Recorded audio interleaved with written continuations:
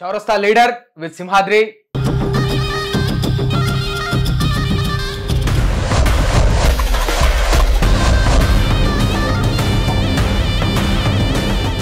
Balmuri Venkat MLC.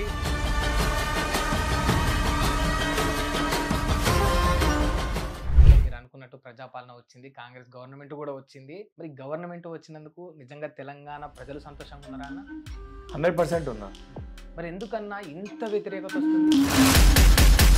వ్యతిరేకత వస్తుందా, వ్యతిరేకత వస్తున్నట్టు చిత్రీకరించి చూపించే ప్రయత్నం చేస్తుందా? చాలా స్పష్టంగా ఏది నిజం అంటారు? 100% వ్యతిరేకత ఉన్నట్టు చూపించే ప్రయత్నం చేస్తున్నారు, ప్రచారం చేసే ప్రయత్నం చేస్తున్నాయి ప్రతిపక్ష పార్టీలు. మీరు 6 గ్యారెంటీల్లో ఫెయిల్ అయిపోయారు అనేది నిజం కాదా అన్న? రుణమాఫీ అన్నారు, ఆ రుణమాఫీ పైన చాలా వ్యతిరేకత ఉన్నది. బ్యాంకుల దగ్గర రుణమాఫీ డబ్బులు ఇవ్వలేదా? ఇచ్చింది కానీ పూర్తి స్థాయిలో చేయలేదు కదా. డబ్బులు ఇచ్చినామా లేదా? చేసిరు కానీ పూర్తి స్థాయిలో చేయలేదు. డబ్బులు ఇచ్చినామా ఇవ్వలేదా? సగం మంది అన్న అన్నం పెట్టి కూర కడుపు నిండా తిన్నామంటే న్యాయం.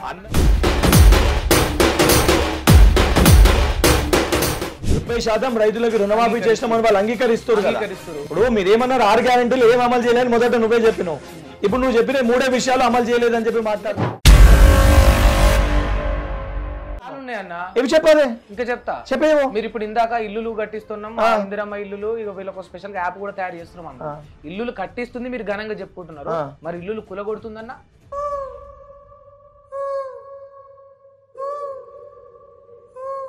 బీఆర్ఎస్ ప్రభుత్వంలో ఎమ్మెల్యేల పైన వ్యతిరేకత ఉన్నది, బట్ ఇప్పుడు కాంగ్రెస్ ప్రభుత్వంలో డైరెక్ట్ ముఖ్యమంత్రి పైన వ్యతిరేకత వచ్చింది.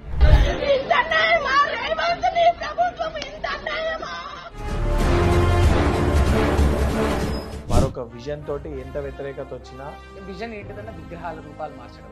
ఇది ఎప్పటిది? అది ఎప్పుడు 1916 లో. నేను అంటలేదు ఎప్పుడు ఇది? 1960లో, 2007.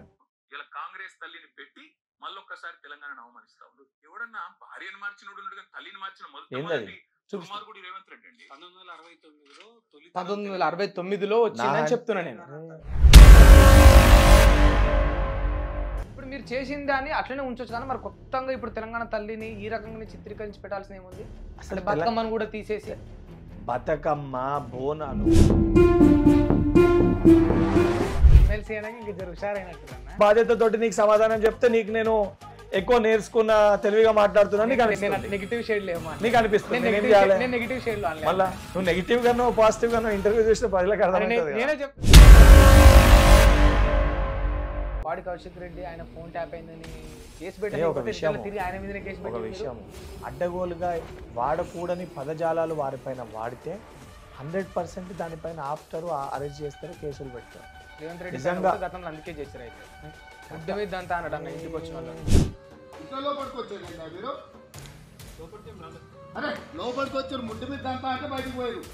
ఒక ఎంపీ ఇంటికి అర్ధరాత్రి 12 గంటలకి డోర్లు బద్దలు కొట్టుకొని లోపలికి వస్తే బెడ్రూమ్లకి బరాబర్ తిట్టొచ్చు. ఒక ప్రొసీజర్ ఏం తప్ప ఇంటికి పాడి కౌశిక్ రెడ్డి బెడ్రూమ్ లో కూడా పోయి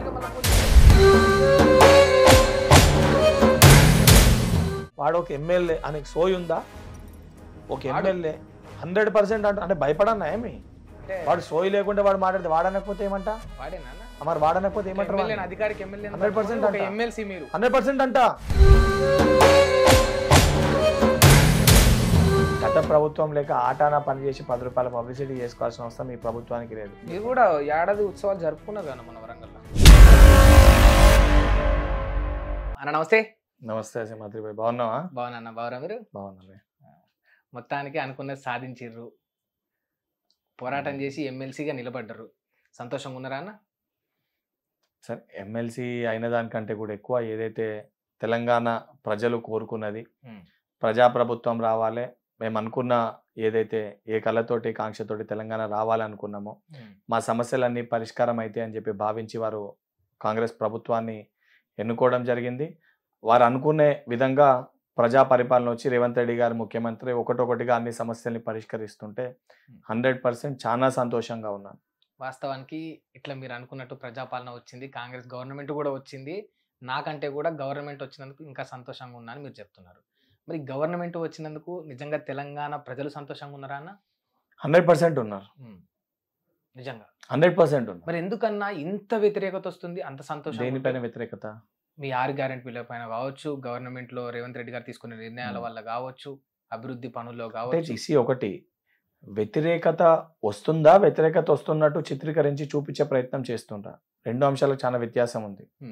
చాలా స్పష్టంగా ఇందులో ఏది నిజం అంటారు? 100% వ్యతిరేకత ఉన్నట్టు చూపించే ప్రయత్నం చేస్తారు, ప్రచారం చేసే ప్రయత్నం చేస్తున్నాయి ప్రతిపక్ష పార్టీలు. అది చాలా స్పష్టంగా కళ్ళగట్టినట్టు కనబడుతుంది. అంటే మీరు 6 గ్యారెంటీల్లో ఫెయిల్ అయిపోయారు అనేది నిజం కాదా అన్న? ఓకే, 6 గ్యారెంటీలో ఫెయిల్ అయినామని చెప్పి వారు మాట్లాడతారు. సార్ నా వర్షన్ నేను చెప్తాను. 6 గ్యారెంటీల భాగంగా ప్రభుత్వం ఏర్పడినాక మొట్టమొదటి ఏదైతే గ్యారెంటీ, ఈ యొక్క ప్రజాస్వామ్యం లేకుండా కంప్లీట్ గా ఒక డిక్టేటర్షిప్ లేకున్న తెలంగాణని రేవంత్ రెడ్డి గారు ఒకవైపు ప్రమాణ స్వీకారం చేస్తుంటేనే మరొక వైపు ప్రగతి భవన్ ముళ్ళ కంచెల్ని తొలగించి ఇది ప్రజాభవన్ గా మార్చి ఏదైతే ప్రజాస్వామ్యబద్ధంగా ధర్నా చౌక్ ని కూడా తెరిచి ఏదైతే ఒక స్వేచ్ఛని ఎవరికే బాధ ఏదున్నా కూడా చెప్పుకునే ఒక అవకాశాన్ని ప్రభుత్వం కల్పించింది. దాని తర్వాత 6 గ్యారెంటీల్లో భాగంగా ఇమీడియట్ గా మహిళలకు ఏదైతే సంబంధించి పెద్దపీట వేయాలని ఒక ఉద్దేశంతో అసెంబ్లీ స్టార్ట్ కాగానే అసెంబ్లీ ప్రాంగణంలోకి వెళ్ళి మహిళలకి ఉచిత ఆర్టీసీ బస్ ఫెసిలిటీని ప్రారంభించడం జరిగింది. దాని తర్వాత 500 రూపాయలకే గ్యాస్ సిలిండర్ ని అందిస్తామని చెప్పినాము, దాన్ని ప్రారంభించడం జరిగింది. దాని తర్వాత 200 యూనిట్ల ఉచిత కరెంటు, 200 లోపలు ఎవరికైతే కరెంటు సంబంధించి 200 యూనిట్ల ఉచిత కరెంట్ అందిస్తామని చెప్పినాము, ఆ స్కీమ్ ని కూడా స్టార్ట్ చేయడం జరిగింది, ఇంప్లిమెంటేషన్ జరుగుతుంది.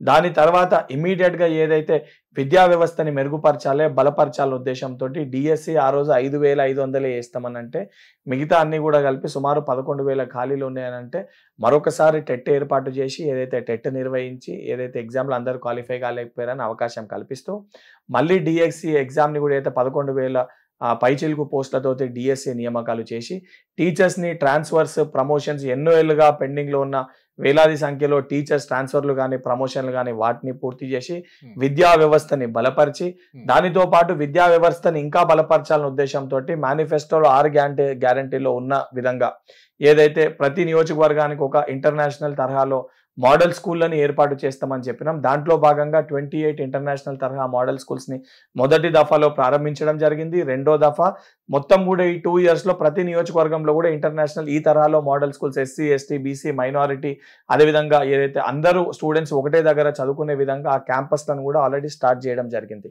దానితో పాటు ఏదైతే యువకులకి ముఖ్యంగా నియామకాల పేరుట ఉద్యోగాలు ఎగ్జామ్ నోటిఫికేషన్ వచ్చి ఎగ్జామ్ రాసిన నియామక పత్రాలు వస్తాయా రావా, పేపర్ లీక్ అవుతుందా అని చెప్పి ఒక నమ్మకాన్ని కోల్పోయిన యువకుల కోసం భరోసా కల్పించే విధంగా టీజీపీఎస్సీ ప్రక్షాళన చేసి ఇమ్మీడియట్ గా టీజీపీఎస్సీ పైన దృష్టి పెట్టి వారం రోజులలోనే ఆ సంబంధించి దానిపైన దృష్టి పెట్టి నెల రోజుల లోపల టీజీపీఎస్సీ ప్రక్షాళన చేసి కొత్త చైర్మన్ గారిని రిక్రూట్ చేసి ఇమీడియట్ గా న్యాయ పరిధిలో కోర్టు చిక్కుల్లో ఉన్న హారిజాంటల్ వర్టికల్స్ వంటి ఇష్యూస్ ని పరిష్కరిస్తూ కోర్టు కేసు చిక్కుమడిలో ఉన్న అన్ని సమస్యల్ని పరిష్కరిస్తూ 2017కి వెళ్ళి ఉద్యోగ నియామక పత్రాలు రాక ఏదైతే ఆర్డర్స్ రాక ఇబ్బంది పడుతున్న యువకులందరికీ కూడా అవన్నిటిని పరిష్కరించి పెండింగ్ లో ఉన్న రిజల్ట్స్ అన్నిటిని కూడా ఏదైతే ట్రాన్స్పరెన్సీ తోటి ఇచ్చి 55,000 పైచీలకు ఉద్యోగ నియామక పత్రాలను యువకులకి అందించి 100% ఈ ప్రభుత్వము నియామక పత్రాలు కేవలం నోటిఫికేషన్ ఇచ్చి ఎగ్జామ్ కండక్ట్ చేయడమే కాదు 100% అపాయింట్మెంట్ ఆర్డర్స్ ఇచ్చిన రోజే ఒక నిరుద్యోగిని ఉద్యోగిగా మార్చిన రోజే ఉద్యోగం ఇచ్చినట్టు అనే విధంగా ఈ ప్రభుత్వము పరిపాలిస్తుందని చెప్పి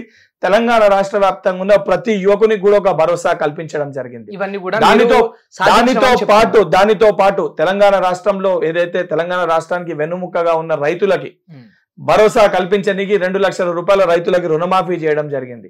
అదే విధంగా పేదోళ్ళందరూ కూడా ఒక కళ ఉంటది, ఇల్లు ఉండాలి, ఇల్లు సాకారం చేసుకోవాలి, ఇల్లు కళ సాకారం చేసుకోవాలనే దానిలో భాగంగా ఇందిరమ్మ ఇల్లు ప్రతి నియోజకవర్గానికి 3,500 ఇందిరమ్మ ఇళ్ళని ప్రారంభించడం జరిగింది. పాత పెండింగ్ లో ఉన్న ఏదైతే డబుల్ బెడ్రూమ్ ఇల్లు చక్కగా కట్టగా పెండింగ్ లో ఉన్న వాటికి 150 కోట్లు పైచీలకు ఏదైతే నిధులు ఇచ్చి అవన్నిటిని పూర్తి చేసి లబ్ధిదారులకు అందజేయడం జరిగింది.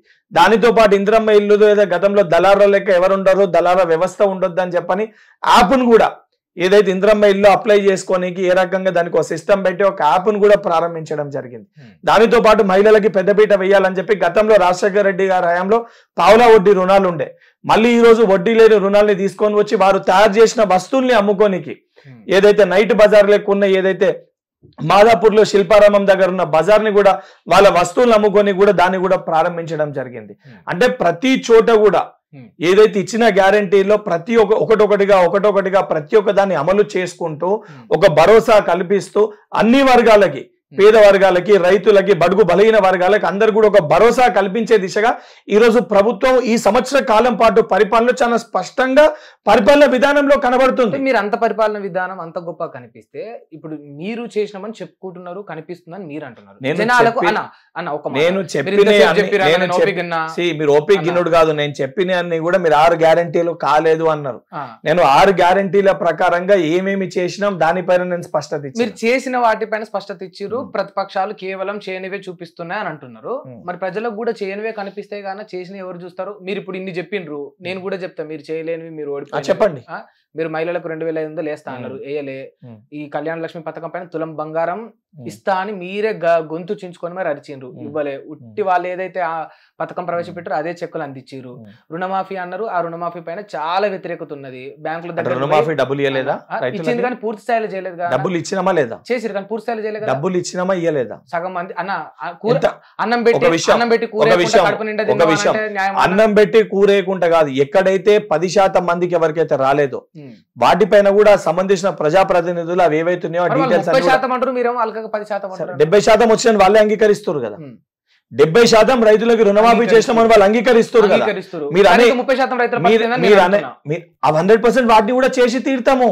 ఇప్పుడు మీరేమన్నారు 6 గ్యారెంటీలు ఏం అమలు చేయలేదు మొదట నువ్వే చెప్పినావు. ఇప్పుడు నువ్వు చెప్పిన 3 విషయాలు అమలు చేయలేదని చెప్పి మాట్లాడుతున్నావు. చెప్పాలి, ఇంకా చెప్పేవో. మీరు ఇప్పుడు ఇందాక ఇల్లులు కట్టిస్తున్నాం, ఇందిరమ్మ ఇల్లులు, ఇక వీళ్ళకి స్పెషల్ గా యాప్ కూడా తయారు చేస్తున్నాం అన్న. ఇల్లులు కట్టిస్తుంది మీరు ఘనంగా చెప్పుకుంటున్నారు, మరి ఇల్లులు కులగొడుతుందన్న. అంటే ఇప్పుడు మూసి ఏదైతే ప్రాంతాల్లో నివసించే ప్రజలకి అనారోగ్య సమస్యలతోటి వాళ్ళు ఇబ్బంది పడుతూ జీవిత కాలం పాటు వారి యొక్క పిల్లలు, వారి యొక్క భవిష్యత్తు ఏ రకంగా ఉంటదని ఒక అంధకారంలో వారు బతుకుతుంటే, ఏ రాత్రి వర్షాకాలంలో వరదలు వస్తే ఏ పరిస్థితి ఏర్పడుతుందని చెప్పి ఉక్కిరి బిక్కిరి అయిపోయే పరిస్థితుల్లో వాళ్ళు ఉంటే, వారికి మెరుగైన జీవితాన్ని వారికి అందించాలి, వారికి ఒక డబుల్ బెడ్రూమ్ ఇల్లు ఇచ్చి వాళ్ళకి ఒక స్థలాన్ని కేటాయించి వారి జీవితాన్ని బాగు చేద్దామని ఒక దృఢ సంకల్పంతో ముఖ్యమంత్రి గారు ఆలోచన తీసుకుంటే, దాన్ని వ్యతిరేకంగా అది తప్పు అని చాలా అప్రిషియేట్ చేస్తా. ఏ ముఖ్యమంత్రి కూడా ఈ దేశంలో ఇటువంటి నిర్ణయం తీసుకోడు. రేవంత్ రెడ్డి అంత డేర్ చేసిండు. కానీ ఎప్పుడు తీసుకోవాలన్నా నువ్వు ఆల్టర్నేటివ్ ఒక సోర్స్ వాళ్ళకి చూపించిన తర్వాత తీసుకోవాలి. డైరెక్ట్ ఇల్లు కూల్చేసి ఇక రేపు అన్న రోజు నేను ఇస్తా అంటే ఇవాళ వాళ్ళందరూ ఎడవనుకుంటారన్నా. ఒక విషయము ఎక్కడ కూడా చాలా స్పష్టంగా అక్కడ ఉన్న ప్రజాప్రతినిధులు ఎక్కడైతే పోయి మూసీలలో ఇల్లు కట్టుకొని ఇబ్బంది పడుతుంటే, రోగాల పాలైతే వాళ్ళని అలకేట్ చేసి తీసుకెళ్లి వాళ్ళకి డబుల్ బెడ్రూమ్ ఇల్లు కూడా అలకేట్ చేయడం జరిగింది. ఎక్కడైతే సంబంధించి ఉందో అక్కడ ఉన్న ప్రజాప్రతినిధులు వెళ్ళి హైదరాబాద్ లో దీని పరిధిలో పోతే బీఆర్ఎస్, ఎంఐఎం, బీజేపీ ప్రజాప్రతినిధులు ఉన్నారు. అయితే ఎమ్మెల్సీగా మాసంటే ఒకళ్ళిద్దరం ఉన్న చోట మేము వెళ్ళే ప్రయత్నం చేసినాం. కానీ దాన్ని అడ్డుకొని దాన్ని ఆపి నిజంగానే ఏదైతే దానిలో 150,000 కుంభకోణం అయిపోయింది, 150,000 కోట్లు అది చేసి అవినీతి చేసిరంటే ఎక్కడ కూడా డిపిఆర్ అవన్నీ కూడా కంప్లీటే కాలే. అది జస్ట్ ఇనిషియల్ స్టేజ్ లో స్టార్ట్ చేయడం జరిగింది. ఈ రకంగా చెయ్యాలి, ఇది ప్రభుత్వ ఆలోచన అని. దాన్ని నిజంగా చర్చకి కన్స్ట్రక్టివ్ వేలో వాళ్ళకి ఆలోచన ఉంటే వచ్చి చర్చకి వాళ్ళు రావాలి. చర్చకి ఏదైతే ప్రతిపక్షాలు తీసుకొని వచ్చి ఒక ప్రపోజల్ తీసుకురండి కన్స్ట్రక్టివ్ వేలో. ఎందుకు తీసుకురావట్లేదు? ఇప్పుడు ఇది నీ కోసమో నా కోసమో కాదు, వాళ్ళ భవిష్యత్తు కోసం, తెలంగాణ భవిష్యత్తు కోసం, హైదరాబాద్ భవిష్యత్తు కోసం, రేపటి తరం కోసం, అభివృద్ధి కోసం దీన్ని అడ్డుకునే ప్రయత్నం, ఆపే ప్రయత్నం చేస్తే ఎంతవరకు కరెక్ట్? సార్ వద్దంటున్నావు, మరి ఏం చేయాలి? ఏ రకంగా చేయాలి? ఆలోచన ఉండాలి కదా, ఆలోచన ఉండాలి కదా. 100% చేస్తాము, 100% న్యాయం చేస్తాము. చేయలేదని తప్పుకుంటున్నారు. న్యాయం చేసినాము, ఇంకా ఖాళీ చేయిస్తున్న న్యాయం చేసే ఖాళీ చేయిస్తాము. ఇప్పుడు చాలా మంది రోడ్ల మీద ఉన్నారు కానీ వాళ్ళ పరిస్థితి ఎక్కడ కూడా మీరు మాట్లాడుతున్నారు. ఇచ్చి డబుల్ బెడ్రూమ్ ఇళ్ళకు నేను చూపిస్తాను, ఇల్లు ఇచ్చిన వాళ్ళని నేను చూపిస్తా. నువ్వు అదే చెప్తున్నా, 10 మందిలో ఒకరికి ఇల్లు రాకపోతే రాంది ఒక్కటి నువ్వు చూపిస్తావు. ఎందుకు? నీ ఛానల్లో ఏదైతే వైరల్ అవుతుంది, ఏదైతే నెగిటివ్ ఉంటుందో దాని పబ్లిసిటీ కోసం మంచి జరిగింది ఎక్కడ కూడా నువ్వు చూపించే ప్రయత్నం చేయవు. ఎందుకు చూపెట్టమన్నా? సంబంధించి ఇలాంటి నిర్ణయం తీసుకోవడం రేవంత్ రెడ్డి గారిని నేను అప్రిషియేట్ చేస్తున్న మనస్ఫూర్తిగా నేను చెప్పిన తర్వాత ఈ మాట అన్నాను. ఒక విషయము, నువ్వు మాట్లాడితే నువ్వు మాట్లాడినప్పుడు అన్నా నన్ను మాట్లాడి, మాట్లాడుతున్నప్పుడు అన్నా నువ్వు ప్రభుత్వం నిర్ణయాలు తీసుకోకపోతే గతంలో ఇదే మూసీ డెవలప్మెంట్ పైన Musi development corporation BRS party వేసిందా వేయలేదా? ఏం చేద్దామని వేసింది. ఫస్ట్ అది బీజేపీ పార్టీలు దీనిపైన విమర్శ చేస్తారు. 2 సార్లు కేంద్ర మంత్రిగా కిషన్ రెడ్డి గారు ఇదే సికింద్రాబాద్కి వెళ్ళి ప్రాతినిధ్యం వహిస్తారు. అంబర్పేటకి వెళ్ళి అనేక ఏదైతే సందర్భాలు వారు శాసనసభ్యునిగా వారు అంబర్పేట నియోజకవర్గాలకు వెళ్ళి ఎన్నుకోబడరు. వారు ఏం చేసారు? ఈ మూసీ దానిపైన ఎన్ని నిధులు తీసుకొని వచ్చారు? ఇప్పుడు వాస్తవానికి ఒక మంచి కార్యక్రమం చేద్దాం అనుకున్నప్పుడు 100% దాంట్లో ఒక 10% ఇబ్బందులు జరుగుతాయి.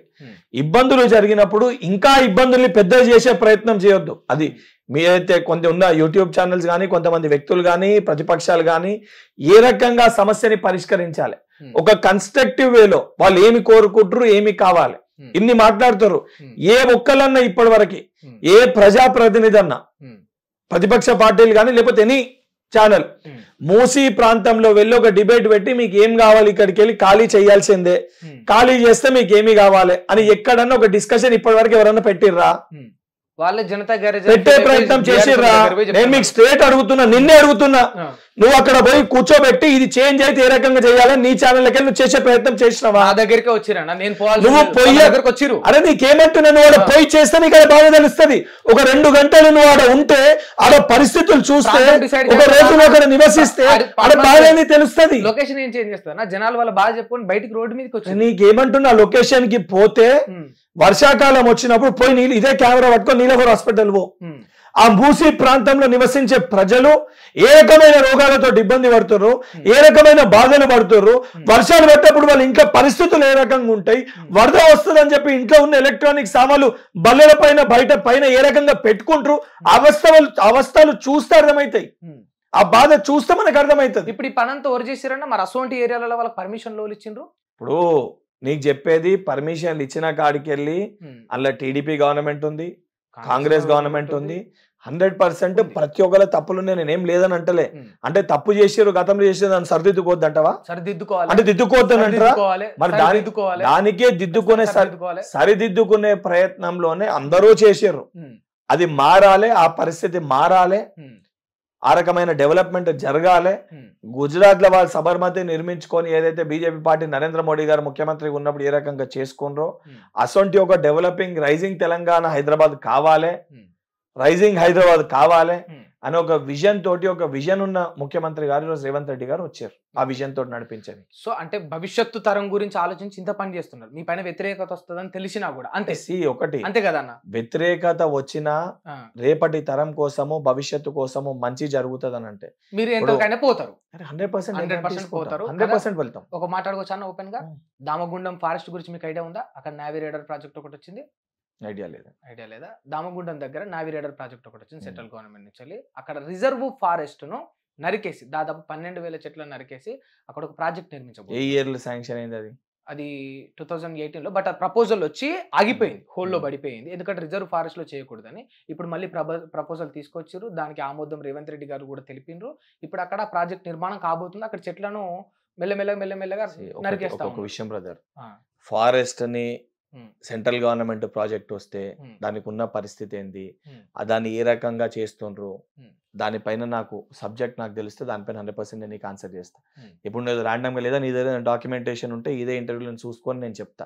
నువ్వు ర్యాండమ్ గార్డ్ వచ్చింది ఏ ఇయర్లో అడిగిందనంటే నువ్వు 18 or 23 అని చెప్పి కాంట్రాడిక్టరీ స్టేట్మెంట్స్ ఇస్తున్నావు. నువ్వు చెప్పే రెండింటిలోనే నీకు స్పష్టత ఉంటే 100% ఆ విషయం పైన నేను కనుక్కొని 100% దానిపైన కళ్ళకు కనిపిస్తుంది. అదే నీ కళ్ళకు కనబడితే అదే చెప్తున్నాను కదా. ఏ రకంగా 2018లో వచ్చింది అని అంటే ఆ శాంక్షన్ ఇప్పుడు మొన్న కదా ఇప్పుడు Nirmal ethanol factory, ethanol factory కూడా ఇట్లానే, ఇప్పుడు ఎథనాల్ ఫ్యాక్టరీ కూడా అందరు ఇట్లానే కోడై కోసారు.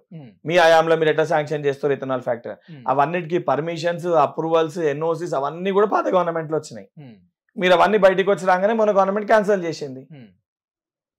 ఇప్పుడు ఏదైనా ఇష్యూ ఉన్నప్పుడు ఎవిడెన్స్ తో సహా బయటకు వస్తే 100% తప్పు అయితే పోయి ముఖ్యమంత్రి గారి దృష్టికి తీసుకొని వెళ్ళి ఇది ఎందుకు ఇచ్చారని చెప్పి అడిగే స్వేచ్ఛ మాకుంది, అడుగుతాము. అది తప్పు ఇబ్బంది అయితే అక్కడ స్థానిక శాసనసభ్యులు ఉంటారు, లేదా అక్కడ ప్రతిపక్ష పార్టీ నాయకులు ఉంటారు, లేదా అక్కడ ప్రజలు, మీరు అనే మహబూబ్ నగర్ జిల్లాలో అంటే అది వారి సొంత జిల్లా, వారికి అక్కడ ఏదైతే వారితో మాట్లాడే వ్యక్తులు ఉంటారో వచ్చినప్పుడు 100% అసలు డెసిషన్స్ తీసుకొని ఆపేస్తారు. అసలు నిజంగా పరిస్థితి ఉంటే అది ఏదైతే ఈరోజు, ఎందుకంటే ఎకో సిస్టమ్కి అదేవిధంగా నేచర్ని కాపాడాలని ఒక ఉద్దేశంతో హైడ్రా, మూసి ఇవన్నింటినీ తీసుకొని వచ్చినాం. ఎందుకనంటే రేపు ఢిల్లీ సొంటి పరిస్థితి హైదరాబాద్కి రావద్దు, పొల్యూషన్ అయిపోయి.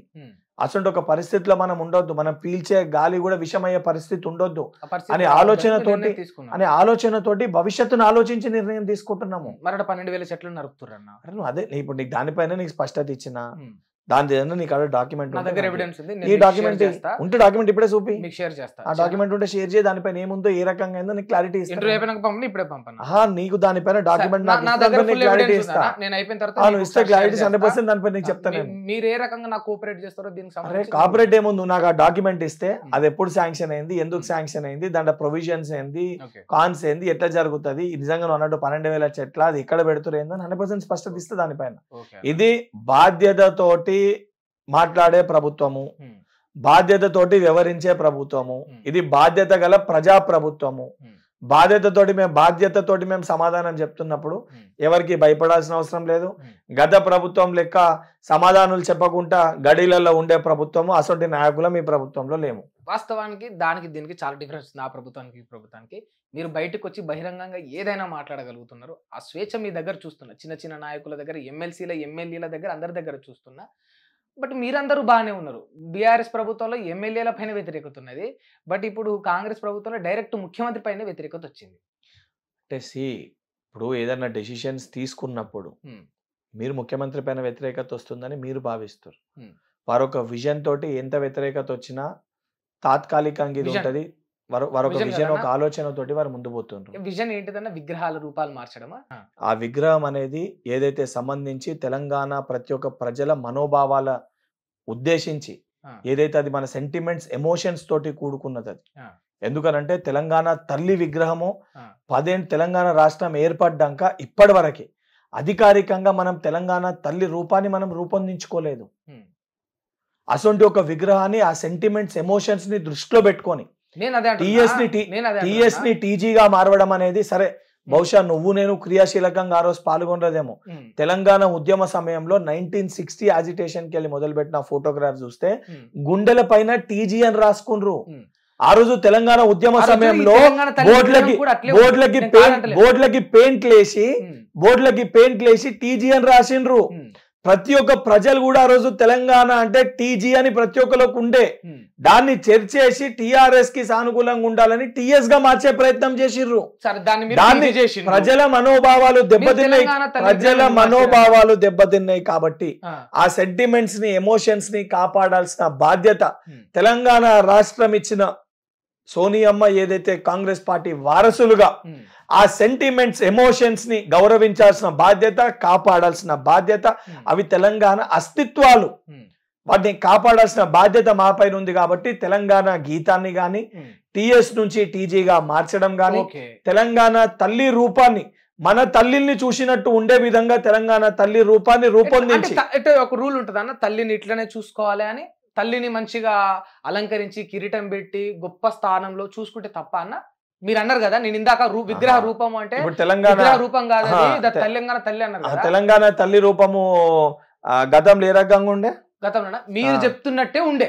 గతంలో ఒకటి మీరు ఇప్పుడు యాడ్ చేసిండ్రు, గతంలో ఏ రకంగా ఉండే? చెయ్యి ఒకటి మీరు యాడ్ చేసిండ్రు, ఇప్పుడు ఇట్లా చెయ్యి ఏ రకంగా ఉండే గతంలో?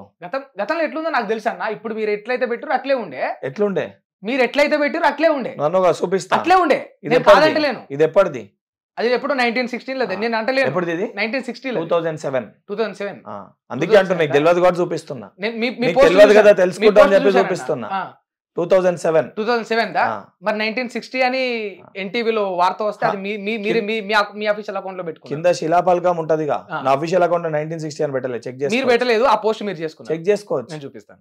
ఇలా కాంగ్రెస్ తల్లిని పెట్టి మళ్ళొక్కసారి తెలంగాణ అవమానిస్తా ఉండు. ఎవడన్నా భార్యను మార్చినోడు తల్లిని మార్చిన మొదటి 1969లో వచ్చిందని చెప్తున్నా నేను. అది ఎవరు చెప్తుర్రు? చెప్తారు నా హ్యాండిల్ ఉందని చెప్పారు కదా. మీ అకౌంట్ లో పోస్ట్ చేసిన, మా అకౌంట్ లో ఏం పోస్ట్ చేసిన?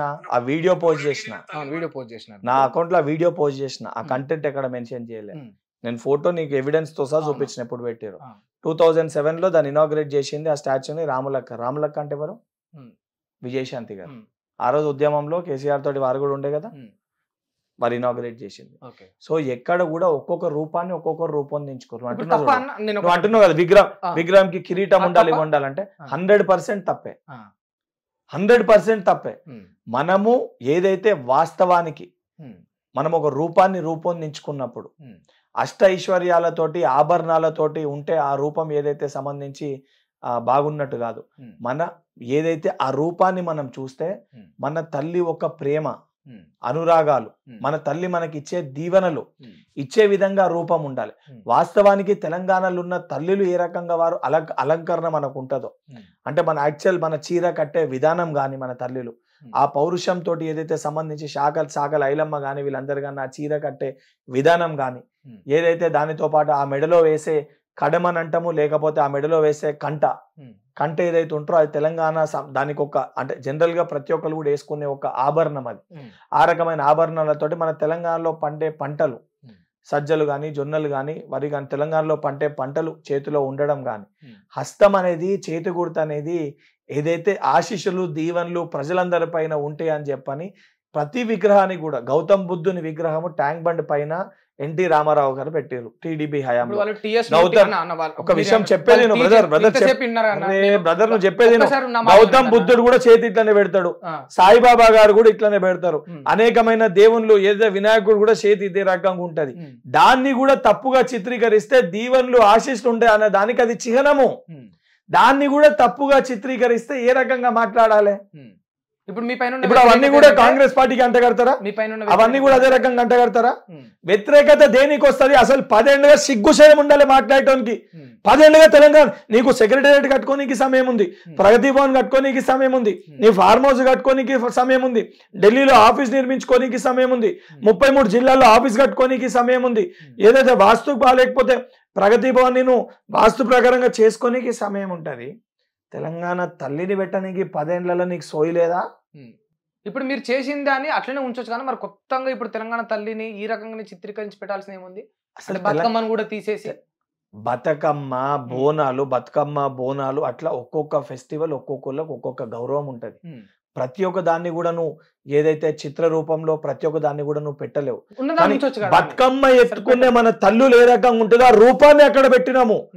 ఆ కింద చూస్తే గౌరమ్మ ఏదైతే ఆ కింద దాంట్లో బతుకమ్మ ఎట్లనో గౌరవమ్మ లెక్క కనబడుతుంది. అలా మనకు ఆ విగ్రహం ఆ రూపం మనకు కనబడుతుంది, మన తల్లి రూపం మనకు కనబడుతుంది. తెలంగాణలో వెళ్ళి ప్రజలు ఎవరినన్నా అడగండి, ఒక విగ్రహం చూసి ఒక ఆశీస్సులు కనబడాలి. లేకపోతే కేసీఆర్ ఆనవాళ్ళు చెరిపేయడానిక? ఏంది కేసీఆర్ ఆనవాళ్ళు?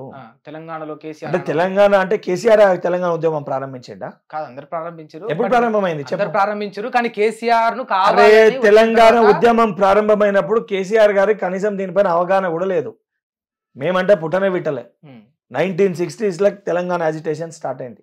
తెలంగాణ చిత్రపటాన్ని మొట్టమొదట ఆవిష్కరించింది ఇదే నారాయణగూడలో రెడ్డి కాలేజ్లో డాక్టర్ టి పురుషోత్తమరావు గారు. తెలంగాణ ప్రజా సమితి అనే ఒక పార్టీకి వెళ్ళి 2 సార్లు శాసనసభ్యునిగా గెలిచిన వ్యక్తి. ఆయన ఇంకా బతుకున్నారు. 10 ఏళ్లలో కనీసం ఆ వ్యక్తిని కూడా గౌరవించుకోలేదు. ఎందుకు? ఆ వ్యక్తిని మళ్ళీ తీసుకొని వస్తే ఈ క్రెడిట్ అంతా ఆయనకి పోతుందని చెప్పని ఆ వ్యక్తిని ఎక్కడ కూడా బయటికి తీసుకొచ్చే ప్రయత్నం చేయలేదు. కానీ కాంగ్రెస్ పార్టీ ఆ వ్యక్తిని గాంధీ భవన్ తీసుకొని వచ్చి గౌరవించడం జరిగింది. ఎందుకనంటే తెలంగాణ ఉద్యమం స్టార్ట్ అయింది ఆ రోజు. ఆనవాళ్ళు వేరేటోళ్ళే ఈయన చెరిపేసి ప్రయత్నం చేసి మొత్తం నేనే చేసిన అని చిత్రీకరించుకునే ప్రయత్నం చేసి తెలంగాణ గానం సంగతి చెప్పు మళ్ళా. జయ జయ తెలంగాణ అనేది తెలంగాణ ఉద్యమ సమయంలో అంతటా కూడా ఎక్కడ మీటింగ్లు బీఆర్ఎస్ మీటింగ్లు కానీ జేఏసీ మీటింగ్లు కానీ పెట్టే ముందు పాడిన పాట. ఎందుకు దాన్ని అధికారిక గీతం చేయలేకపోయిండు? ఎందుకు చేయలే? ఏ ఉద్దేశంతో చేయలే? ఎందుకు? అందశ్రీ గారికి ఆ క్రెడిట్ వస్తుంది. చరిత్రలో అందశ్రీ గారి పేరు ఉంటుంది. తెలంగాణ అంటే కేసీఆర్ పేరు తప్ప ఎవరి పేరు ఉండొద్దని ఒక అహంకార పూరిత వైఖరితోటి, ఒక డిక్టేటర్షిప్ తోటి కేసీఆర్ కనబడుతుంది కదా. ఉంటే ఇంత బాధ ఇంత ప్రేమ ఎందుకు చూపిస్తాడన్న? నీళ్ళు ఇవ్వడం కావచ్చు, నిధులు ఇవ్వడంలో కావచ్చు, కరెంట్ ఇవ్వడంలో కావచ్చు. ఇప్పుడు కరెంట్ విషయంలో ఛత్తీస్గఢ్ తోటి చేసుకున్న ఒప్పందాల్లో పరిస్థితి ఏందో దానిపైన ఎంక్వైరీ నడుస్తుంది. ఈ రేసింగ్ దానిపైన ఎంక్వైరీ నడుస్తుంది. సారా వ్యాపారంలో మద్యం వ్యాపారం చేసి జైలుకి ఎవరు పోయి వచ్చారో చూసినాం. ఇరిగేషన్ ప్రాజెక్టుల పరిస్థితి ఏందో దానిపైన ఎంక్వైరీ నడుస్తుంది. ఏ స్కీమ్ పెట్టినా ఏ రకంగా స్కామ్ చేయాలని ఆలోచించి స్కీమ్లు పెట్టిరు తప్ప నిజంగా ఈ స్కీమ్ 100% ఇంప్లిమెంట్ చేసారు అని ఒక విషయం చెప్పండి. ఇప్పుడు ప్రతి దానికి మాట్లాడతారు గురుకులాలు మేము తెచ్చినాం. నిజంగా గురుకులాల్ని పటిష్టం చేయాలి, బలపరచాలనంటే అది ప్రారంభించినప్పుడు 1వ-6వ తరగతి వరకు ఉండేటట్టు ఏదైతే టెంపరీగా రెంటల్ బిల్డింగ్స్ లో ప్రారంభించారు. నిజంగా గురుకులాల్ని బలపరిచేది ఉంటే ఎందుకు పర్మనెంట్ బిల్డింగ్స్ ని ప్రారంభించలే, కట్టే ప్రయత్నం చేయలే? First question. సెకండ్ది, 6వ తరగతి వరకు ఆలోచించి తీసుకున్న గురుకులాల్లో ఈరోజు 10వ తరగతి 12వ తరగతి వరకు పిల్లలు చదువుతారు. స్పేస్ సరిపోతుందా? నిజంగా వారికి చిత్తశుద్ధి ఉంటే ఆ రోజు ఎందుకు ప్రారంభించలేదు? వారికి ఆ చిత్తశుద్ధి లేదు కాబట్టి ఈరోజు ఇంటిగ్రేటెడ్ స్కూల్స్ ని మేము ప్రారంభిస్తున్నాము. మేము పర్మనెంట్ ఇన్ఫ్రాస్ట్రక్చర్ ని మేము స్టార్ట్ చేస్తున్నాము. నిజంగా శాశ్వతంగా అట్లా పిల్లలకు ఉండడం సంతోషం. మంచి చేస్తున్నాం కదా, నిర్ణయం తీసుకున్నారు. మరి ఈ ఫుడ్ విషయంలో ఏందన్నా ఇంత నిర్లక్ష్యంగా ఉన్నారు? ఇప్పుడు ఫుడ్ పాయిజన్ ఇన్సిడెంట్స్ అనేటి ఇప్పుడు నిన్న కూడా అరే ఇప్పుడు కాంట్రాక్టర్ సంబంధించి ఎక్కడైనా ఫుడ్ పాయిజన్ ఇన్సిడెంట్ జరిగిందని అనుకో, గతంలో కూడా జరిగినాయి. జరిగినప్పుడు మేము ఎందుకు పోరాటం చేసినాము? Basara triple food poison incident జరిగితే దానిపైన అవహేళనగా ఎగతాళిగా విద్యాశాఖ మంత్రి జరిగి ఏమైతుంది అందులో వచ్చేదని చెప్పి మాట్లాడితే ఆ రకమైన వైఖరి సరికాదు అని చెప్పి మేము ప్రొటెస్ట్ చేసినాం. చాలా ప్రొటెస్ట్. ఈ రోజు ఎక్కడ ఫుడ్ పాయిజన్ ఇన్సిడెంట్ జరిగినా నువ్వు ఏ కేసు అన్నా తీసుకో, ఎక్కడ తప్పు జరిగిందో సంబంధించిన అధికారులపైన ఇమీడియట్ గా యాక్షన్ తీసుకోవడం జరిగింది. సంబంధించిన అధికారులని ఇమ్మీడియట్ గా వాళ్ళపైన యాక్షన్ తీసుకోవడం జరిగింది. తీసుకున్నామా లేదా సంబంధించి అక్కడ ఉన్న మా పార్టీ ప్రజాప్రతినిధులు, అది భువనగిరి గాని మక్తల్ గాని ఎక్కడున్నా ప్రజాప్రతినిధులు అక్కడ వెళ్ళడం జరిగింది. 1-2 సందర్భాల్లో అక్కడ ఉన్న ప్రజాప్రతినిధులే ప్రైవేట్ హాస్పిటల్ తీసుకొచ్చి కంప్లీట్ గా వైద్యం కూడా వారికి అందించడం జరిగింది. ఇది వాస్తవం. సరే నేను దాన్ని జరగలేదు ఎక్కడ కూడా ఇబ్బంది లేదంటలే, 100% ఇమీడియట్ గా ఈ రకంగా జరుగుతుంది కాబట్టి ఆ కాంట్రాక్ట్స్ అన్నిటిని కూడా రద్దు చేసి ఏదైతే దాన్ని స్ట్రీమ్ లైన్ చేయడానికి సన్నబియ్యాన్ని అందించి దాన్ని కూడా ఒక స్ట్రీమ్ లైన్ చేయడానికి అటువంటి ప్రాబ్లమ్స్ అన్నింటినీ నిర్మూలించాలనే ఉద్దేశంతో విద్యాశాఖను కూడా ముఖ్యమంత్రి గారు వారి దగ్గర పెట్టుకోవడం జరిగింది. 100% అవన్నిటిని కూడా స్ట్రీమ్ లైన్ చేస్తాం. అంటే యాక్షన్ అంటే ఏ విధంగా తీసుకున్నారు? వాళ్ళ మీద కేసులు పెట్టి సస్పెండ్ చేశారు, కేసులు నమోదైనా సస్పెండ్ కూడా చేశారు, వాళ్ళ విధులకు వెళ్ళి కూడా తీసేశారు. ప్రొసీజర్ ఏ రకంగా ఉంటుందో ఆ ప్రొసీజర్ ఫాలో అయ్యి దాని ప్రకారం జరుగుతుంది. కానీ మంత్రి సీతక్క గారు మొన్న మాట్లాడుతూ ఏమన్నారంటే ఇదంతా కూడా బీఆర్ఎస్ అనుకుంటే కుట్ర చేసిరు అంటే 1-2 సందర్భాల్లో ఇప్పుడు బీఆర్ఎస్ పార్టీ ఉద్దేశపూర్వకంగా కొన్ని జరగని వాటికి కూడా లేని వాటికి కూడా దాన్ని ఇబ్బందులు పెట్టి చిత్రీకరించే ప్రయత్నం చేస్తారు. అది లగచర్ల ఇన్సిడెంట్ గానీ సిరిసిల్ల కలెక్టర్ గురించి మాట్లాడడం కానీ గురించి మాత్రమే మాట్లాడుతున్నారు. బ్రదర్ నేను నీకు చాలా స్పష్టంగా కూడా చెప్తున్నావు, ఓపిక ఉండాలి. ఓపిక ఉన్నప్పుడు చెప్తున్న విషయాలన్నింటినీ కూడా వాళ్ళకి ఆ ఉద్దేశం ఉంది కాబట్టి 100% చేస్తారు. ఎందుకనంటే కాంట్రాక్టర్ ఏం చెప్తారు ఇప్పుడు నీకు అదే చెప్తున్నా, వాళ్ళ హయాంలో జరిగినప్పుడు మేము చేసినట్ట మా హయాంలో జరిగినప్పుడు వాళ్ళు చేసేది అనేది డిపార్ట్మెంట్ ఎంక్వైరీ చేస్తుంది, బయట పెడతాం తొందరలో. టెన్షన్ ఏం పడకు. ఎవరు చేసిండు ఎందుకు చేసిండో బయటికి వస్తే లోపల పోయినప్పుడు కనబడుతుంది. 100% చేస్తారు, అన్ని బయటికి వస్తాయి. ఎవరు చేసిండు ఎందుకు చేసిండు ఆ కాంట్రాక్టర్లను లోపల వేసినప్పుడు అన్ని బయటికి వస్తాయి. తొందర ఏమీ అవసరం లేదు, ప్రతి ఒక్కటి బయటికి వస్తాయి. 100% చేస్తారు. వాళ్ళకి సిగ్గుశరం లేదు. అది ఈ రోజు అధికారం పోతే కూడా ఓ నిజాం రాజు దగ్గరికి వెళ్ళి సంస్థానం గుంజుకున్నట్టు వాళ్ళ ఆస్తిని మేము గుంజుకున్నాం అన్నట్టు వివరిస్తుంది ఆ కుటుంబము. తెలంగాణ వాళ్ళ ఆస్తి వాళ్ళ దగ్గరికి వెళ్ళి మేము గుంజుకున్నాం అనే విధంగా కేటీఆర్ గాని హరీష్ రావు గాని కవిత వ్యవహరిస్తారు. అరే ప్రజలు మ్యాండేట్ ఇచ్చిర్రు, ప్రజలు మ్యాండేట్ ఇచ్చినప్పుడు 5 సంవత్సరాలు నువ్వు 10 ఏళ్ళుగా నువ్వు ఏం ఉద్ధరించినావు అది చెప్పు ఫస్ట్ బయటకు వచ్చి.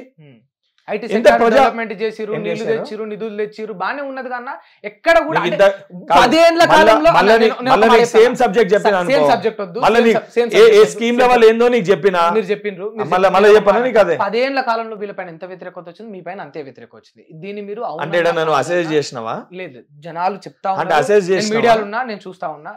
ఒక విషయం ఒకటి చెప్తా, ప్రజలకి ఇచ్చిన గ్యారంటీల పైన మేము బాధ్యతతోటి వ్యవహరిస్తున్నాము. ప్రజలు మాకు ఇచ్చే మ్యాండేట్ రానున్న లోకల్ బాడీ ఎలక్షన్స్ లో మీకు కనబడుతుంది.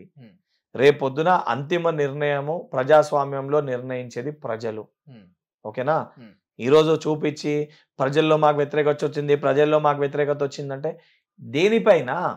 ఇప్పుడు ఇచ్చిన ఎందుకు నిరుద్యోగులకి 2 లక్షల ఒక విషయము 55,140 కదా పెండింగ్ లో ఉన్న నోటిఫికేషన్లు. ఫర్ ఎగ్జాంపుల్ ఇప్పుడు గ్రూప్ 1 ఉంది, గ్రూప్ 1 పాత పెండింగ్ లో ఉన్న నోటిఫికేషన్ కంప్లీట్ గా కొత్త నోటిఫికేషన్ వస్తుందా? మరి ఎట్లా హామీ ఇచ్చారన్నా?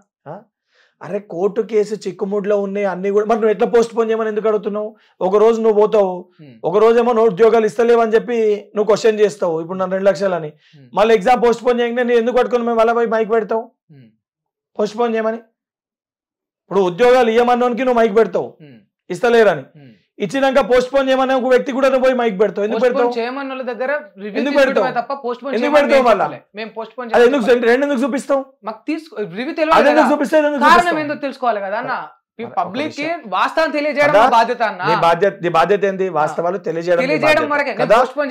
మా బాధ్యత ఏంది? మా బాధ్యత ఇచ్చిన హామీలు నెరవేర్చడం మా బాధ్యత. నెరవేర్చే భాగంలో ఎగ్జామ్స్ కి సంబంధించి 30 రోజుల గ్యాప్ కావాలి. పదంలో పెండింగ్ లో ఉన్న నోటిఫికేషన్స్ కోర్టు కేసు చిక్కుముడ్లలో ఉండి 2017కి వెళ్ళి అనేకమైన నోటిఫికేషన్స్ పెండింగ్ లో ఉండే. ఈ రోజు అన్నిటినీ కూడా పూర్తి చేసుకొని లాస్ట్ 3 నోటిఫికేషన్స్ మిగిలినాయి. జేఎల్ది, పాలిటెక్నిక్ ది, ఇంకొకటి జెన్కోది. అవి కూడా ఈ డిసెంబర్ ఎండింగ్ లోపల పూర్తి చేస్తాం. దాని తర్వాత నెక్స్ట్ ఇయర్ జాబ్ క్యాలెండర్ ప్రకారం ఎట్లా ఈ వర్గీకరణ ఇవన్నీ ఫినిష్ అయిపోతాయి. ఆ లోపల ఉన్న దాని ప్రకారంగా అసలు నోటిఫికేషన్ ఎప్పుడు ఇస్తారు, ఎగ్జామ్ ఎప్పుడు పెడతారు, ఎప్పుడు రిజల్ట్స్ ఇస్తారు, ఎప్పుడు అపాయింట్మెంట్స్ ఇస్తారు అని నిరుద్యోగులు అంటే తెలంగాణలో ఉన్న మా యువకులు అడగక ముందే అవన్నిటినీ కూడా ఏదైతే పద్ధతిగా డేట్స్ ని ముందే అనౌన్స్ చేసి ఆ భరోసాని ప్రభుత్వం కల్పిస్తుంది. అవన్నిటినీ క్లియర్ చేయండి, అవన్నీ నువ్వు ఇయ్యలేంది. గతంలో ఉన్న డేట్సే నువ్వు కాంది. ఫిబ్రవరిలో ఉన్న గ్రూప్ 2ని టీజీపీఎస్సీ ప్రక్షాళన అయ్యేంత వరకు పెట్టొద్దన్నారు, పోస్ట్ పోన్ అయింది. డిఎస్సి గ్రూప్ 2 దగ్గర వస్తే దాన్ని పోస్ట్ పోన్ చేయమన్నారు, పోస్ట్ పోన్ అయింది. ఏదైతే వేరే నోటిఫికేషన్స్ ఇస్తామంటే 1 month గ్యాప్ ఉండాలి, గ్యాప్ ఉండదు పెట్టొద్దు, పోస్ట్ పోన్ చేయండి అని అడుగుతారు. సో ఆ టైం ఫ్రేమ్ ఆ ఉన్నవన్నీ కన్స్టెంట్స్ ఉన్నాయి కాబట్టి, పాత ఇష్యూస్ ఉన్నాయి కాబట్టి 55,000 అయినాయి. ఇప్పుడు చేయలేమని అంటలేదే, దానికి కూడా ఎందుకు నీకు ఎక్స్ప్లెయిన్ చేస్తున్నా కదా, ఎందుకు జరిగిందో కూడా నీకు ఎక్స్ప్లెయిన్ చేస్తున్నా. నువ్వు ఎట్లయితే అడిగిన ఇద్దరిది నువ్వు చూపిస్తావో ఇద్దరివి కూడా నేను వినాల్సి వస్తుంది. ఇద్దరిది చూపించే బాధ్యత ఎట్లా నీ పైన అవుతుందో, ఇద్దరు చెప్పేటోళ్ళు కూడా తెలంగాణ బిడ్డలే కాబట్టి ఇద్దరు విషయాలు ఆలోచించి దానిపైన నిర్ణయం తీసుకునే బాధ్యత ప్రభుత్వం పైన ఉంటది. చూపించే బాధ్యత ఎట్లయితే నీది ఉంటుందో ఇద్దరిని సాటిస్ఫై చేయాల్సిన బాధ్యత మా పైన ఉంటది. ఎమ్మెల్సీ అనగా ఇంకా హుషారైనట్టున్నా. అరే నీకు వాస్తవాలు చెప్తే నీకు హుషారు అనిపిస్తే దాన్ని ఏం చేస్తా? కొంచెం ఐరన్ అంటే నేను ఎమ్మెల్సీ కాకముందు కూడా మిమ్మల్ని ఇంటర్వ్యూ చేసిన. నువ్వు ఎట్లయితే నువ్వు వాస్తవాలు అడిగినప్పుడు నేను లేకపోతే సమయం తీసుకొని మాట్లాడితే తడబడితే నేను తప్పు మాట్లాడినట్టు, నువ్వు అడిగిన మాటకి ఇంత స్పష్టతతోటి నీకు సమాధానం చెప్తున్నా. అండ్ నిన్ను మెన్షన్ చేసి ఎందుకు నీకు ఎక్స్ప్లెయిన్ చేయాల్సి వచ్చిందంటే నీ వృత్తి ప్రకారంగా జరిగే విషయాలు పాజిటివ్ ఉన్నా నెగిటివ్ ఉన్నా చూపించాల్సిన బాధ్యత నీది ఉంటుంది. సో పాజిటివిటీ నెగిటివిటీ రెండింటినీ కూడా ఆలోచించి ఏది కరెక్ట్ అనే నిర్ణయం తీసుకొని ఏది మంచిది లార్జర్ సెక్టర్ కోసం మంచిది అని నిర్ణయం తీసుకొని దాన్ని ఇంప్లిమెంట్ చేసే బాధ్యత ప్రభుత్వం పైన ఉంటుంది. ఓకే, మరి మీ పైన అంత బాధ్యత ఉంది. ఆ బాధ్యత ఉంది కాబట్టి అంత బాధ్యతతోటి నీకు సమాధానం చెప్తే నీకు నేను ఎక్కువ నేర్చుకున్న తెలివిగా మాట్లాడుతున్నా నీకు అనిపిస్తుంది. నెగిటివ్ షేడ్ లేమో నీకు అనిపిస్తుంది. నేను నెగిటివ్ షేడ్ లో మళ్ళీ నేను నెగిటివ్ షేడ్ అనే పాజిటివ్ గానే అన్నా. నువ్వు నెగిటివ్ గానో పాజిటివ్ గానో ఇంటర్వ్యూ చేసిన ప్రజలకు అర్థమవుతుంది. నేనే చెప్తున్నా అన్న పాజిటివ్ గా అన్నా అని. సరే మీ విషయం చెప్పండి అన్న. మీరు ఎమ్మెల్సీ అయిన తర్వాత ఏ విషయంలో సక్సెస్ఫుల్ అయినరు మీరు అంటే ఏం చెప్తారు? అంటే ఒకటి క్లియర్గా చెప్తా, అంటే ప్రతి ఒక్కరు కూడా మనము ప్రతిపక్షంలో ఉన్నప్పుడు సమస్యల పైన మనం వెళ్ళి కొట్లాడే అంటే ప్రభుత్వం పట్టించుకున్నప్పుడు ఫస్ట్ స్టేజ్ రిప్రజెంటేషన్ ఇస్తాం, సెకండ్ స్టేజ్ అడుగుతాం, థర్డ్ స్టేజ్ ప్రొటెస్ట్ చేస్తాం. ఈ విషయాల్లో నేను యాజ్ అన్ ఎన్ఎస్ఏ ప్రెసిడెంట్గా విద్యార్థుల యువకుల సమస్యల పైన 100% ప్రతి ఇష్యూ పైన నేను వెళ్ళి కొట్లాడినాను. ఈరోజు యాజ్ అన్ ఎమ్మెల్సీ ప్రభుత్వంలో ఉన్న ఒక ఎమ్మెల్సీగా నేను పోయి ప్రిన్సిపల్ సెక్రటరీ గారితో మాట్లాడినా, లేదా నేను టీజీపీఎస్సీ సభ్యులతో ఏదైనా రిప్రజెంటేషన్ ఇచ్చినా, లేదా ముఖ్యమంత్రి గారితో నేను ఏదైనా విషయాల గురించి చర్చించిన, నేను ప్రతి చోట పోయి వీడియో ఫోటో తీసుకొని ఇవాళ నేను ఈ పని చేసిన అని చెప్పి నేను పబ్లిసిటీ చేసుకోవడం ఉండదు.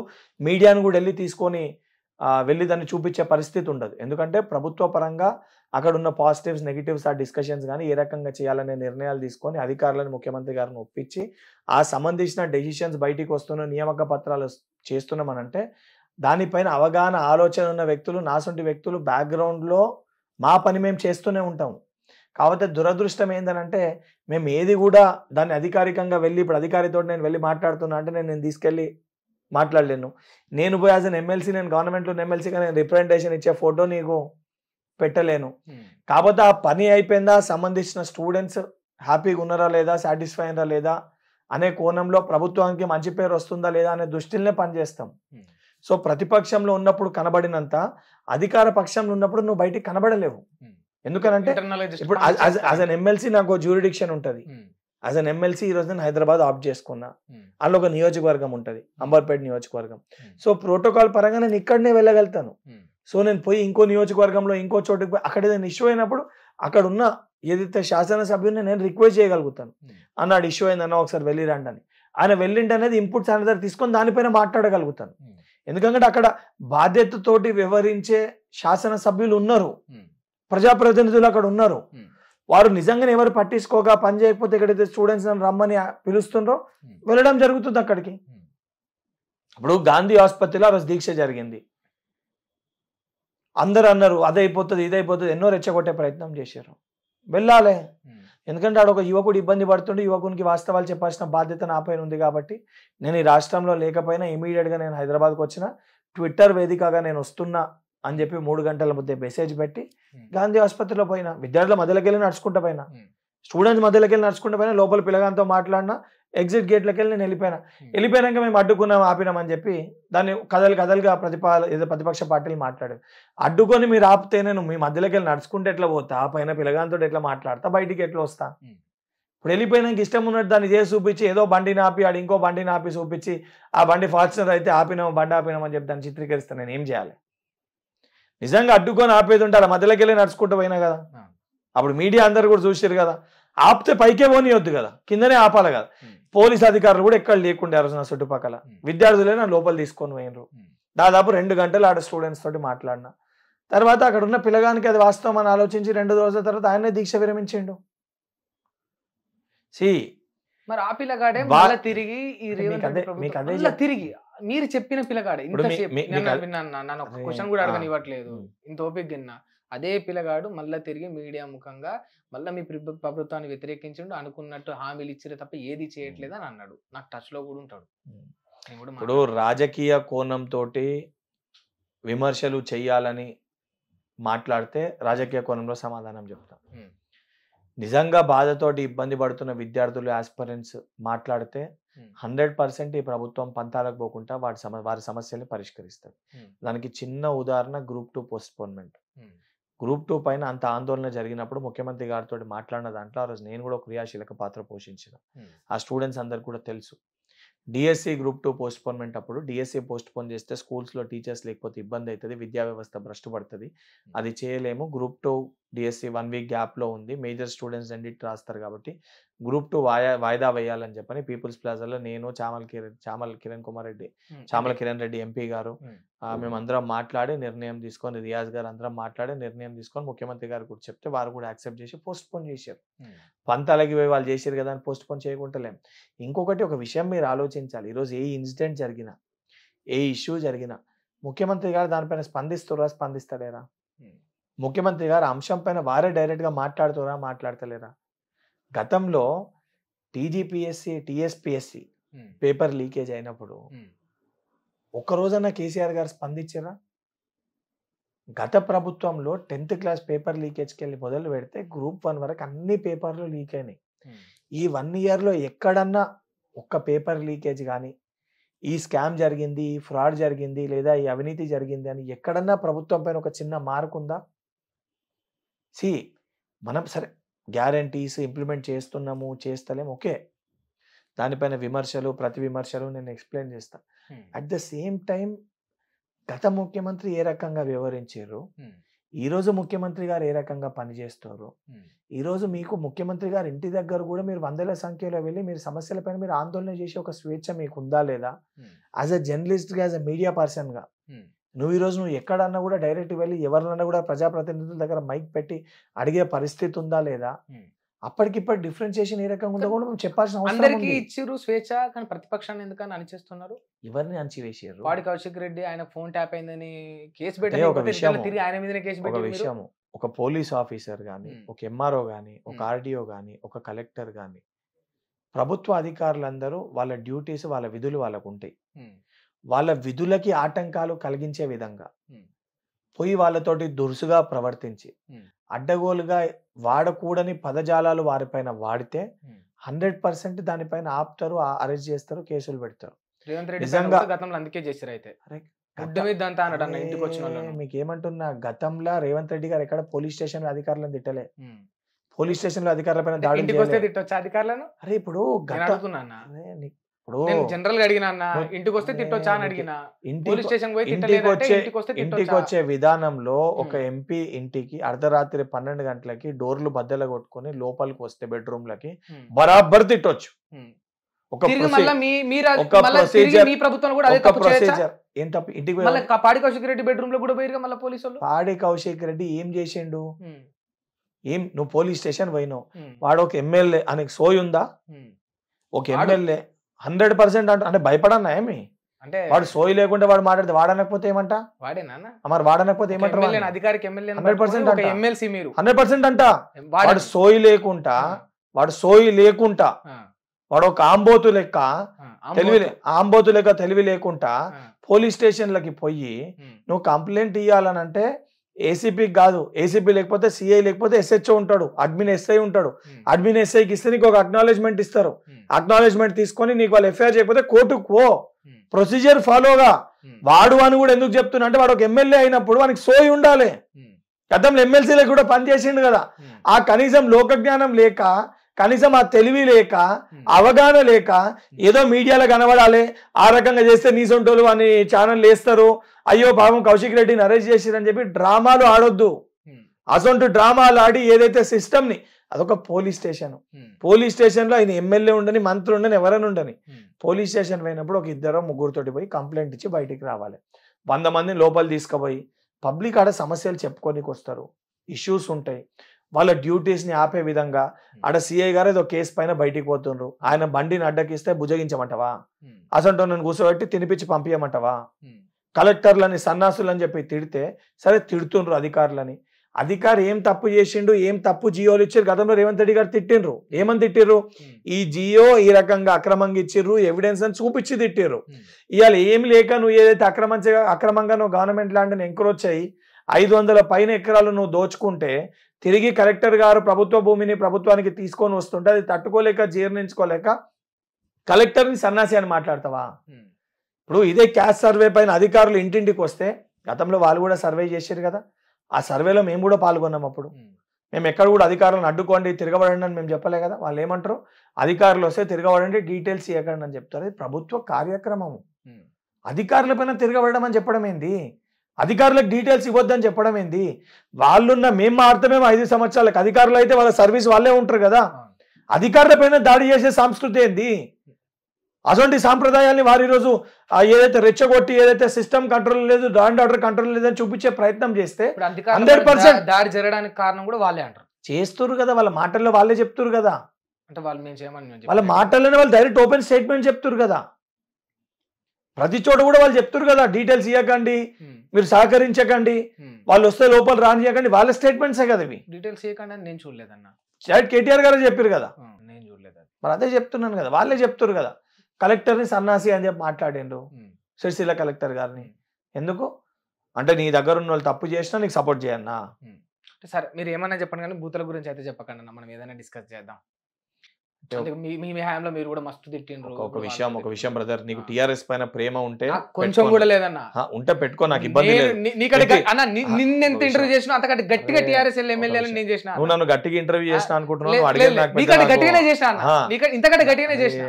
గట్టిగా మాట్లాడితే గట్టిగా చేసినట్టు కాదు.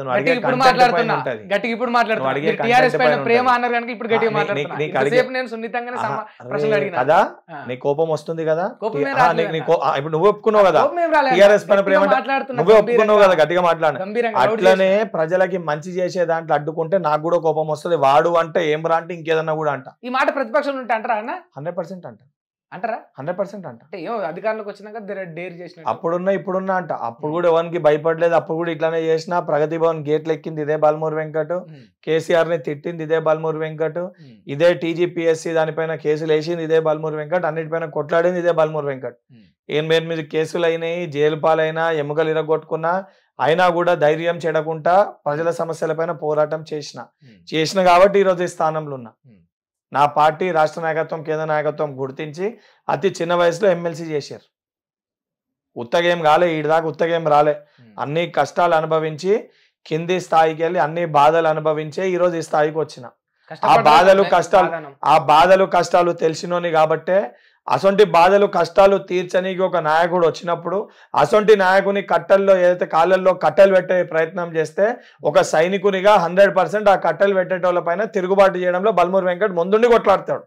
అది కేసీఆర్ ఉండని, కేసీఆర్ ఫ్యామిలీ ఉండని, కౌశిక్ రెడ్డి ఉండని, ఇంకెవడన్నా ఉండని ఆ కొట్లాటలో ప్రాణాలు పోయే పరిస్థితి వచ్చినా పోనీకి కూడా సిద్ధం, పోగొట్టుకోనికి కూడా సిద్ధం. ప్రాణాలు తీయనికి ప్రాణాలు పోగొట్టుకోనికి సిద్ధం, తీయనీకి అని చెప్పలే, ప్రాణాలు పోగొట్టుకోనికి సిద్ధం. ఒక బాధ్యత గల పదవిలో ఉన్నప్పుడు ఒక వ్యక్తి ప్రాణాలు తీస్తాము, ఒక వ్యక్తి ప్రాణాలు ఈ రకంగా మాట్లాడతాము చేస్తాము అని చెప్పి ఆ మాట్లాడే సంస్కారము మా అమ్మ కానీ మా పార్టీ కానీ నాకు నేర్పలే. కాకపోతే పోరాడే తత్వము తెలంగాణ తల్లి, తెలంగాణ గడ్డ స్ఫూర్తిగా ఆ పోరాట ప్రతిభ ఉంది కాబట్టి, ఆ పోరాడే స్ఫూర్తి ఉంది కాబట్టి ప్రాణాలు పోయినా పర్లేదు అసలు పోరాటంలో అని చెప్పిన. సరే, అంటే మీరు ఎమ్మెల్సీ అయిన తర్వాత సరే ఇంటర్నల్గా వర్క్ జరిగితే ప్రతిపక్షంలో ఉంటే పబ్లిక్గా కనిపిస్తాం, ఇక మరి ప్రభుత్వంలో ఉన్నప్పుడు అవి అన్ని బయటికి చెప్పుకోలేము, నేను ఈ పని చేసిన అని మాటికి అంటున్నారు కదా. సరే, అంతవరకు బాగానే ఉంది. మరి ప్రజలు ఎట్లా బిలీవ్ చేయాలన్నా మీరు పని చేస్తున్నారు అని? మనము చేసి ఉంటారు, ఇద్దరు చేసి ఉంటారు, సరిపోతుంది బ్రదర్. సమస్యలు ఏవైతే మనకి ఎవరైతే సమస్య కోసం నా దగ్గరకు వస్తారో కిందికి వెళ్ళు, ఎమ్మెల్యే క్వార్టర్స్ రిజిస్టర్ ఉంటుంది. ఎమ్మెల్యే క్వార్టర్స్ లో డైలీ విజిటర్స్ ఎంతమంది ఎవరి దగ్గరకు వస్తారో చూస్తే అర్థమవుతుంది. అండ్ సమస్యలు ఏదైతే సమస్య ఉందని మన దగ్గరకు వచ్చిన వాళ్ళు నేను అందరికీ యాక్సెసిబుల్. ఇప్పుడు నువ్వు ఫోన్ చేయాలంటే డైరెక్ట్ నా ఫోన్ చేసినావు, నిన్న ఫోన్ చేసినావు, ఇవాళ వచ్చిన ఇంటర్వ్యూ చేస్తున్నావు. ఆ యాక్సెసిబిలిటీ నాతో ఉంది, ఎందుకంటే కింది స్థాయికి వెళ్ళి వచ్చిన. అన్ని జిల్లాల్లో కూడా ఏదైతే నాకు ఎన్ఎస్వై గతంలో నాతో పనిచేసిన యువకులు ఒక సైన్యం నా వెంట ఉంది. ఆ సైన్యం ఏదైతే సంబంధించి ఏ సమస్యలు ఉన్నా, ఏ కాన్స్టిట్యున్సీ ఉన్నా నా దగ్గరకు వస్తారు. వచ్చినప్పుడు ఆ సమస్యల్ని పరిష్కరించినప్పుడు వాళ్ళ నియోజకవర్గాలకి, వాళ్ళ ప్రాంతాలకు వెళ్ళి సమస్య పరిష్కారమైన వాళ్ళు మా సమస్య పరిష్కారమైందని వాళ్ళే చర్చించుకుంటారు. గత ప్రభుత్వం లేక ఆటానా పనిచేసి 10 రూపాయల పబ్లిసిటీ చేసుకోవాల్సిన అవసరం ఈ ప్రభుత్వానికి లేదు. ఎందుకంటే ఆ డబ్బు కూడా తెలంగాణ డబ్బు. అసొంటి పబ్లిసిటీ చేసుకోలేకనే నువ్వు అన్నట్టు ఈరోజు సోషల్ మీడియాలో కానీ నీసొంటి వ్యక్తులు నన్ను ప్రశ్నిస్తారు, ఏం చేసింది సంవత్సర కాలం పాటు ఈ ప్రభుత్వం అని. మీరు కూడా ఏడాది ఉత్సవాలు జరుపుకున్నారు కదా మన వరంగల్లో. ఉత్సవాలు ఏవైతే సంబంధించి అదే మీటింగ్స్ పెట్టి దానికి సంబంధించి మహిళలకు వాళ్ళకి ఇచ్చిన పబ్లిక్ మీటింగ్స్ పెట్టి అపాయింట్మెంట్స్ పెద్దపల్లిలో జరిగింది, అపాయింట్మెంట్ ఆర్డర్స్. రైతులకి సంబంధించి రైతు బంధు ఎప్పుడు ఇస్తాం నెక్స్ట్ ఇయర్ కానీ వాళ్ళకి ఇచ్చిన రైతు భరోసా సంబంధించి కూడా చెప్పి మరి మీటింగ్ పెట్టి చెప్పాలి కదా వాళ్ళకి. అంటే దీని పబ్లిసిటీ అంటారు కదా, కాదనరంటే ఓకే అన్న నేనేమన్నా. ఒక విషయం, పబ్లిసిటీ అనే దాన్ని దేన్ని అంటారు? ఒక స్కీమ్ ని ప్రారంభించి దానికి ప్రచారం చేసుకుంటా అందరికి విధాలుగా చెప్పుకుంటా దానికి ఒక 50 కోట్లు ఆ స్కీమ్ కి అయితే ఒక 30 కోట్లు పేపర్ యాడ్లు, ఒక 30 కోట్లు పబ్లిసిటీలు, ఒక 30 కోట్లు టీవీ యాడ్లు పదే పదే పదే పదే పదే పదే ఇప్పిస్తే దాన్ని పబ్లిసిటీ అంటారు. గతంలో వాళ్ళు పబ్లిసిటీ పైన ఖర్చు ఎంత పెట్టారో అవి కూడా ఆధారాలతో సహా రోజు బయటకు వచ్చినాయి. అడ్డగోలు ఏ రకంగా ఖర్చు పెట్టారు నేను చెప్పుడు కాదు. గతంలో బీఆర్ఎస్ పార్టీ సంబంధించి వాళ్ళు ఏ చిన్న సెలబ్రేషన్ చేసుకున్న సిటీని ఏ రకంగా మార్చేస్తుంటే నువ్వు చూసినావు, నేను చూసినావు. ఈరోజు నిజంగా సిటీ ఎన్ని ఉత్సవాలు అంటున్నావు, ఎక్కడన్నా కూడా ప్రభుత్వ పరంగా మొత్తం అంతా కూడా బ్యానర్లు ఫ్లెక్స్లతో నింపిర్రా, లేదా అఫీషియల్ ఎక్కడెక్కడ ఉందో మెయిన్ జాగాలో పెట్టిర్రా? ప్రభుత్వ డబ్బు అడ్డగోలుగా ఇక్కడ వృధా చేసేదని ఎక్కడన్నా కనబడేటట్టు పెట్టిర్రా? అంటే లాస్ట్ టైంకి ఇప్పటికి నువ్వు చూసినావు కదా, వాళ్ళు 100% చేస్తే మీరు 70%. ఇది హానెస్ట్ గా చెప్తున్నా. మీరు ఏమైనా ఇంటర్వ్యూకి మీరు నాకు అవకాశం ఇచ్చారని చెప్పి నేను మిమ్మల్ని సంతోషపరచలేను, వాళ్ళు 100% చేసిరు.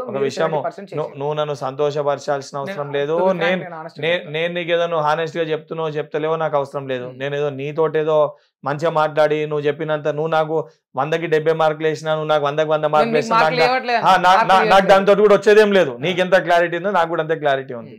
తెలంగాణ ప్రజలకి క్లారిటీ ఉంది. ముఖ్యంగా వాళ్ళు రేపొద్దున మ్యాండేట్ ఇచ్చేది, వాళ్ళకి స్పష్టత ఉంది. నీ ఇంటర్వ్యూ ద్వారా ఏదైతే సంవత్సర కాలం పాటు ప్రజలకు ఏం మంచి చేసినామో ప్రజలకు చెప్పే ప్రయత్నం నేను చేస్తాను. అది నీ ఇంటర్వ్యూ కానీ ఇంకో ఇంటర్వ్యూ కానీ ఆ మాధ్యమాల్లో మేము చెప్పే ప్రయత్నం చేస్తాము. నీ ప్రశ్నలు నువ్వు అడుగుతావు, అది విమర్శలా ప్రతి విమర్శలా మాకు సానుకూలంగా ఉందా వ్యతిరేకంగా ఉందా అనేది నేను చెప్పే సమాధానాలు బట్టి ప్రజలు నిర్ణయించుకుంటారు. సరే అన్న, అన్ని బాగానే ఉన్నాయి. కాకపోతే నాకు ఒక విషయం తెలిసింది, నిజంగా చెప్పండి. ఇంకా కొన్ని మంత్రిత్వ శాఖలు ఆగిపోయినాయి రేవంత్ రెడ్డి గారి దగ్గర, ఉండిపోయినాయి. అందులో ఒకటి మీకు వచ్చే అవకాశం ఉంది, దానికి సంబంధించిన కార్యాచరణ కూడా మీరు చేస్తున్నారు అని వినిపించింది. ఈ భలే భలే వినిపిస్తాయి, భలేగా అనిపిస్తాయి. మరి మాకు తెలియని కూడా మీడియాలో ఉంటే మరి అన్ని అట్లా తెలిసిపోతాయి అన్న. తెలిస్తే మరి అసలు విషయం అయితే మరి నా దృష్టికి రాలేదు. ఉమ్, నాకు ఇచ్చిన పదవికి నేను చాలా సంతోషంగా ఉన్నా. ఉమ్, ఎందుకనంటే ఈరోజు చరిత్రలో నిలిచిపోయే విధంగా ఉమ్, అతి చిన్న వయసులో భారతదేశంలో ఎక్కడైతే కౌన్సిల్ ఉందో ఉమ్, కొన్ని రాష్ట్రాల్లో ఉమ్, అత్యధిక చిన్న వయసు గల ఉన్న నాకు 31 సంవత్సరాలకే నాకు ఎమ్మెల్సీగా పార్టీ అవకాశం ఇచ్చింది. ఉమ్, ఈ అవకాశాన్ని ఏ రకంగా ఉపయోగించుకొని ప్రజలకు ఉన్న హామీల్ని ఇచ్చిన హామీల్ని ప్రజల దగ్గరికి ఏ రకంగా తీసుకొని వెళ్ళాలి, ఇంకేం మన వంతుగా మనం ఏం చేయగలుగుతామనే ఈ పదవిని ఏ రకంగా మనం ఉపయోగించుకోగలుగుతామనే ఒక ఆలోచనతో నేను ఉన్నాను. అండ్ 100% ఉన్న మంత్రులందరూ కూడా నాకు చాలా కుటుంబ సభ్యులు లెక్క. ఉమ్, ఏదున్నా కూడా ఏ శాఖకి వెళ్ళినా ఎవరిని కలిసినా నన్ను వాళ్ళ తమ్ముని లెక్కనో లేదా వాళ్ళ కొడుకు లెక్కనో ఆదరించే వ్యక్తులే ఉన్నారు. అవన్నీ సమస్యల్ని కూడా వాళ్ళు పరిష్కరించే సిద్ధంగా ఉన్నారు. అండ్ పార్టీలో ఎంతో మంది మేధావులు ఉన్నారు. ఈరోజు మంత్రివర్గంలో అసలు ఒక మేధావులకి చోటు వస్తుంది రావాలని చెప్పి కోరుకునే బట్ వ్యక్తి అతి చిన్న వయసులోనే బల్మూరి వెంకట్ గారిని ఎమ్మెల్సీగా చూసినాం. మరి అతి చిన్న వయసులో బల్మూరి వెంకట్ గారిని మినిస్టర్ గా కూడా చూస్తామా? నేను చెప్తున్నాను. నాకు వచ్చిందే ఇప్పటికే చాలా పెద్ద పదవి. నేను ఇంకేదైనా ఆశిస్తే అది అతి ఆశ అవుతుంది. అసొంటి ఆశలు నాకు లేవు. నేను ఎవరిని పోయి కలిసి ఆ ప్రస్తావన చేయలే. ఇప్పటివరకు ఆ చర్చ గురించి కూడా ఎక్కడ రాలే.